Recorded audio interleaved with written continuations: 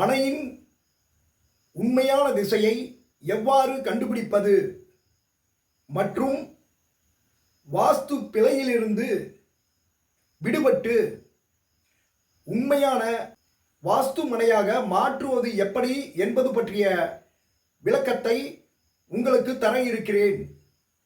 அடியேன் உங்கள் ஜோதிடர் மற்றும் வாஸ்து ஆசான் மகாகுரு யோகானந்தர். சரி, விஷயத்திற்கு செல்வோம். திசை காட்டும் கருவியை கொண்டு வாங்கிய மனையில் வைத்து பார்க்கும் பொழுது திசை காட்டும் கருவி வடக்கு திசையை துல்லியமாக காட்டும். அந்த திசை காட்டும் கருவியின் முள்ளிற்கு இணையாக ஒரு கோடை வரைந்து கொள்ளும் போது அது வடக்கு என்று தீர்க்கமாக புலனாகிறது. அந்த வடக்கிற்கு இணையாக ஒரு நேர்கோட்டை வரைந்தோமே ஆனால் அது தெற்கு திசையாகிறது. இந்த இரண்டு கோட்டையும் 90 டிகிரிக்கு சேர்த்தோமே ஆனால் கிழக்கு திசை கிடைத்துவிடும்.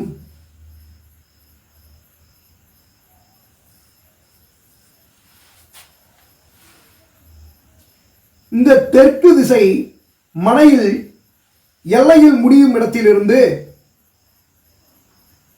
90 டிகிரி கிழக்கிற்கு இணையாக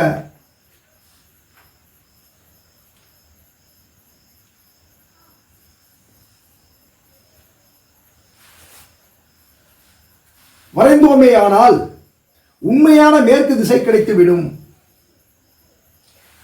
இந்த மனையை பொறுத்தவரை காமஸ் கருவியை கொண்டு கண்டுபிடிக்கப்பட்ட பிறகு இதுவே உண்மையான மனையின் திசையாகும். வாஸ்துப்படி இந்த அமைப்பில்தான் கட்டிடம் கட்ட வேண்டும். இது பலருக்கும் தெரிவதில்லை. ஏன் தெரிவதில்லை என்றால், உத்தராயணம் என்பது ஈசானியத்தில் வடக்கு பகுதியில், உத்திரம் என்றால் வடக்கு. இந்த வடக்கு பகுதியில் சூரியன் தன் தேரை இயக்கி மேற்கில் நிருதி பக்கம் மறைவான். தட்சிணாயனத்தில் ஆடி முதல் மார்கழி வரை சூரியன் தன் ரதத்தை அக்னி மூலையில் உதித்து வாயுவியத்தில் மறைவான். எனவே சூரியன் உதிக்கும் திசைதான் கிழக்கு என்று தவறாக புரிந்து கொள்ளக்கூடாது.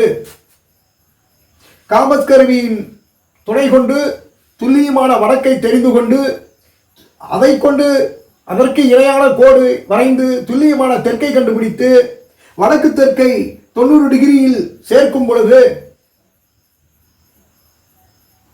மேற்கு கிழக்கு இணையாக கிடைத்துவிடும்.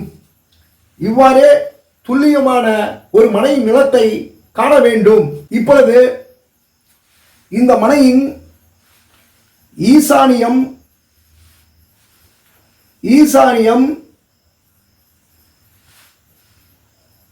அடிபட்டுள்ளது. ஈசானியம் வளர்ச்சி இல்லாமல் உள்ளது. அதாவது வடக்கு ஈசானியம் வளரவில்லை, கிழக்கு ஈசானியமும் முழுமையாக வளரவில்லை. எனவே இது மிகப்பெரிய குற்றத்தை இந்த மனைக்கு ஏற்படுத்திவிடும். அதன் பின் அக்னி மூலை இந்த ஈசானிய பாகத்தை விட குறைந்துள்ளது. இதனால் இவ்வீட்டில் குடியேறும் பெண்ணிற்கு பல பிரச்சனைகளை உருவாக்கும். இங்கு நிருதி மூலையும் குறைந்துள்ளது, வாயுவியம் சிறிது வளர்ந்துள்ளது. இது ஒழுங்கற்ற ஒரு வாஸ்துவை கொடுக்கிறது. எனவே இதில் சரியான வாஸ்து திசையில் நிலத்தை பிரித்து வாஸ்துவில் சொல்லியபடி வடக்கிலும் கிழக்கிலும் இடத்தை விட்டு சுற்றுச்சுவர் எழுப்பி மனை கட்டுவதுதான் சிறந்த பலனை தரும். அதுவே உண்மையான வாஸ்து. அது எப்படி என்றால், இதுதான் மனையாக பிரித்து கொள்ள வேண்டும். இப்பகுதியெல்லாம் நமக்கு தேவையற்ற நிலமாகிவிட்டும். இதுதான் இப்பொழுது பிரிக்கப்பட்ட நிலத்தில் சுற்றுச்சுவர் இப்படித்தான் எழுப்ப வேண்டும்.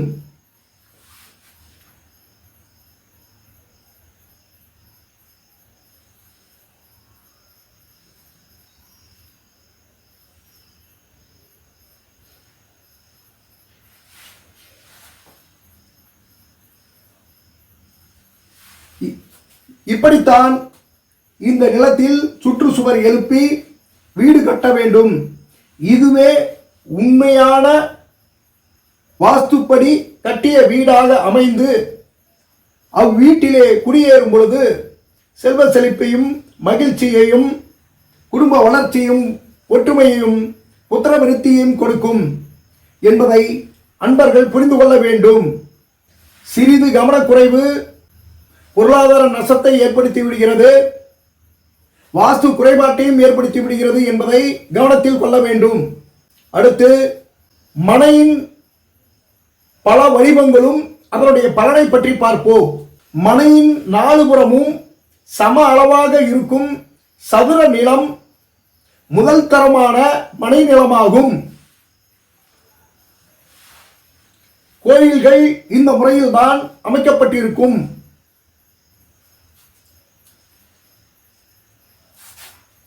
இம்மனையிலே வாஸ்துவின் படி கட்டிடம் கட்டி குடி இருப்போமே ஆனால் பொன் பொருள் சேர்க்கையுடன் குடும்பம் மகிழ்ச்சியுடன் இருக்கும். அடுத்து, செவ்வக வடிவ நிலம். நீளம் 2 பங்கும் அகலம் 1 பங்கும் இருக்குமாறு இந்த நிலத்தை தேர்வு செய்ய வேண்டும். இந்நிலத்திலே வாஸ்துவின் படி வீடு கட்டி குடியேறினால் செழிப்பான வாழ்க்கை அமையும்.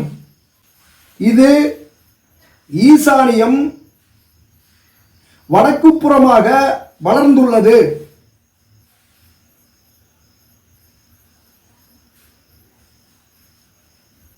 இதுவும் ஒரு சிறந்த அமைப்பே. இம்மனையில் வீடு கட்டி குடியிருப்போமே ஆனால் சிவன் அருள் கிடைக்கும், பெண்களின் மதிப்பு உயரும், செல்வம் பெருகும்.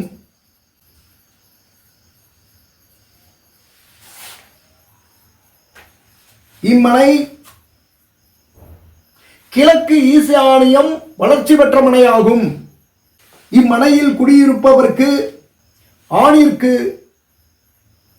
புகழ் ஓங்கும், செல்வம் சேரும், பல்விதமான வளர்ச்சிகள் உண்டாகும்.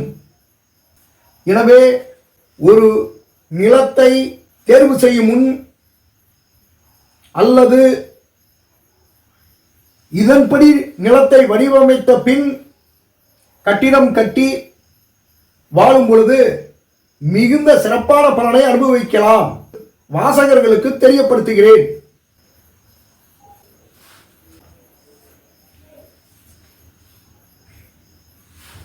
எனவே இந்த 4 அமைப்பும் சிறந்த பலனை தரும் என்பதை நினைவில் கொள்ள வேண்டும். 5வதாக, இந்த மனையானது நிதி மூலையில் தெற்கு புறம் வளர்ச்சி அடைந்துள்ளது. இவ்வாறு ஒரு மனை இருந்து அதில் வாஸ்துப்படியே வீடு கட்டி இருந்தாலும் பெண்களின் வாழ்க்கை துன்பம் நிறைந்ததாக இருக்கும்.